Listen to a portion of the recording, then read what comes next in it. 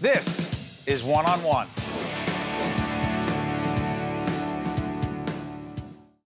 We welcome back John Kastanis, President and CEO of University Hospital in beautiful Newark, New Jersey. Good to see you, John. Likewise, nice to be here. I should disclose University has been a long time underwriter of our programming, particularly on the healthcare side of the Caucus Educational Corporation. John, biggest challenge in urban healthcare today is fill in the blank.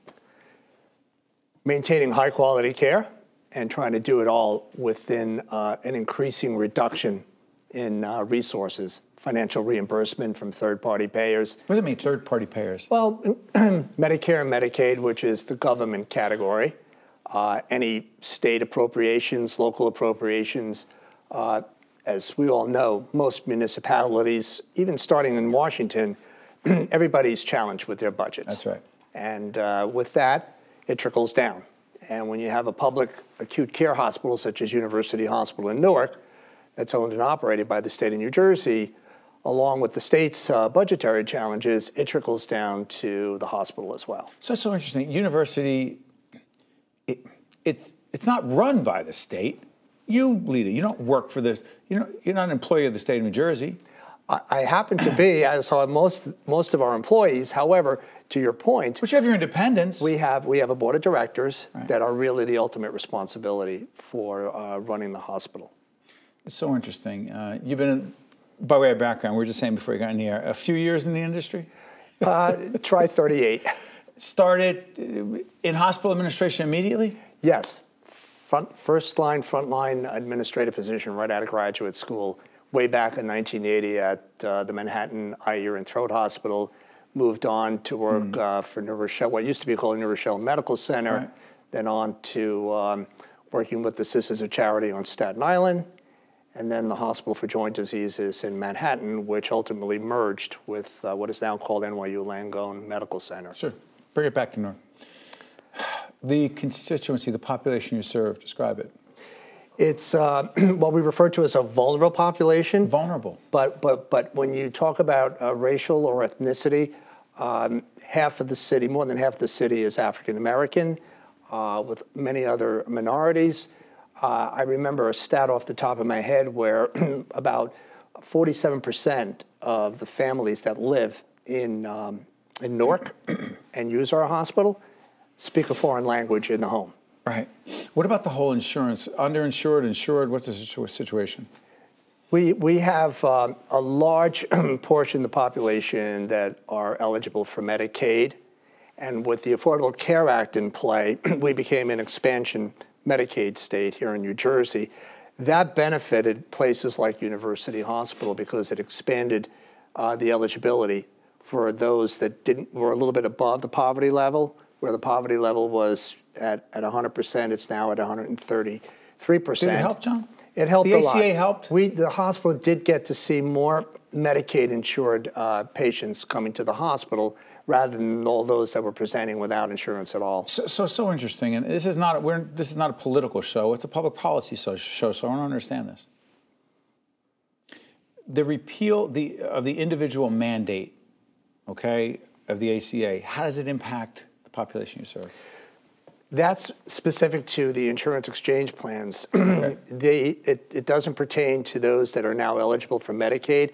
To be honest with you, we didn't see anything significant in terms of patients that are opted to buy the discounted insurance exchange plans with subsidizations, which is a whole other controversial issue right now. But we didn't see people who signed up with these insurance exchange plans. There wasn't a significant sign up in Newark, and as a result, we didn't see anything significant. But the Medicaid expansion piece was important to the hospital. The whole question of transparency, there's a lot of discussion around, you get a hospital bill, wow, look at that bill, where'd that come from? And there's an effort in the State House as we speak right now to change that whole dynamic so that there's more transparency. Explain that. I think what you're referring to, Steve, is the out-of-network issue. Does that affect University? To an extent, not too much. Again, we see a lot of government reimbursement, Medicare, Medicaid, and government subsidization. But on occasion, because we are the only level 1 trauma center, for let's example, talk about that. You have patients that are brought in from outside Newark, outside of Essex County, to our Our Explain what that means, the level 1 trauma center. We're the only level 1 trauma designated center in northern New Jersey, meaning the highest level of injury, the level of specialty care that's needed to help somebody survive and get better is really centered at Newark Hospital.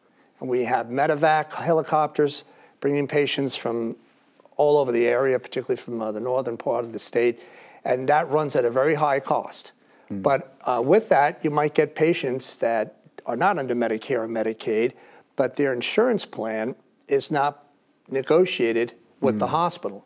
And they'll get a full bill from the hospital if their respective insurance company refuses to pay the bill. So the state has grappled with this, I understand, for the past 8 years. Yes. And there might be some recent legislation that we think the governor is going to sign off on. Governor Murphy. Correct. Where there's going to be an arbitration process where the parties will get together and there'll be at least some adequate reimbursement to the hospital that's not part of the insurance network that the patient has covered. Sorry for interrupting, John. The time we have left, I'm curious, fiscal challenges in the state, you being connected to the state. Do you think most folks understand the challenges that University Hospital faces every day and the importance of those dollars? In all fairness, probably not. We have a dependence on charity care funding, which the state... Is that people who come in? Correct, people with no insurance at all. And we do get a special appropriations funding every year, but again, that's dependent on the availability of funds that the state has. So in those areas, we watch very carefully on how the state budget is evolving. And of course, we do our best to input to the state and our elected officials to understand the importance of that special funding to University Hospital. Because not just for the denizens of Newark, but for all of Essex County and the surrounding areas, we have a lot of great surgical specialists, including our liver transplant program, our fairly new vascular wound center. We have a lot of specialists that are needed, not, again, just for the local Newark residents, but also for those that really need specialty care, in addition to the trauma services we provide. John, listen, complex stuff I know, and I know the population you serve every day that is vulnerable. You used that word early in the conversation. We thank you for joining us and enlightening us. We appreciate it. My pleasure. Thank you. All the best. Check you out next time. This is One-on-One. One-on-One with Steve Adubato has been a production of the Caucus Educational Corporation, celebrating over 25 years of broadcast excellence. Funding for this edition of One-on-One with Steve Adubato has been provided by NJIT, Wells Fargo, Kessler Foundation, Horizon Blue Cross Blue Shield of New Jersey, Johnson & Johnson, Adler Aphasia Center, and by Verizon. Promotional support provided by Meadowlands Regional Chamber, building essential connections that drive business growth, and by NJ Biz, all business, all New Jersey. Transportation provided by Airbrook Limousine, serving the metropolitan New York, New Jersey area.